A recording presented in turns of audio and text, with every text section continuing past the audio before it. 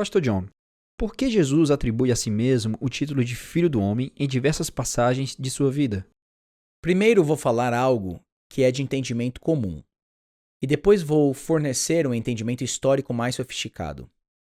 O entendimento comum é que o título Filho de Deus se refere à divindade de Jesus, e o título Filho do Homem fala da sua humanidade, ou seja, ambos falam das duas naturezas de Jesus. Ele era um filho de homem, ou seja, um ser humano. E ele é o Filho de Deus, de modo que ele sempre existiu. Ele é o eterno primogênito, que vem do Pai e permanece para sempre. Ele sempre foi e sempre será. É a segunda pessoa da Trindade e nele habita toda a divindade. Ele também nasceu de uma virgem. Ele teve um pai humano que não teve relações com essa virgem até que Jesus nascesse. Jesus foi concebido pelo Espírito Santo no ventre de Maria. Portanto, ele é humano, completamente humano. A Bíblia quer enfatizar que ele é plenamente humano. Então, este é o entendimento comum. Ele possui duas naturezas em uma única pessoa. Ele é divino e humano.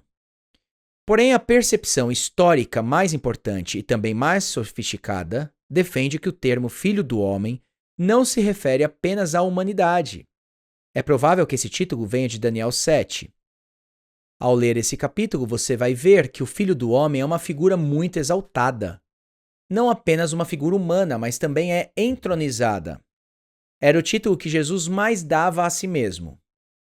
Se você fizer um estudo do termo Filho do Homem nos Evangelhos, você vai ver que Jesus não fala de si mesmo principalmente como Filho de Deus, mas como Filho do Homem. Por exemplo, em Marcos capítulo 10, verso 45, ele diz: "Pois o próprio Filho do Homem não veio para ser servido, mas para servir e dar a sua vida em resgate por muitos." Então ele se refere a si mesmo como Filho do Homem muitas vezes. Creio que ele agia assim porque o Filho do Homem é uma expressão comum, quase um sinônimo de ser humano. Ele nasceu homem, e não há ofensa alguma aqui. Quem não é um filho de homem? Mas quem tinha ouvidos para ouvir podia ouvir o eco de Daniel 7, no qual ele reivindicava para si uma posição de exaltação na história da redenção. E ele tinha a intenção de fazer isso mesmo.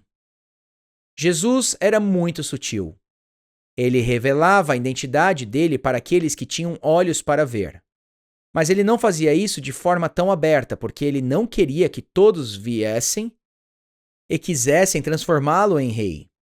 Ele tinha que seguir um caminho estreito entre revelar e esconder sua identidade. Ele não podia sair por aí falando: "Eu sou o Messias, sou o rei do universo, venham e me aclamem rei." Ele não falava assim. Pelo contrário, ele era discreto. Ele era sutil e fazia reivindicações que eram explícitas em certos cenários, e em outros eram implícitas.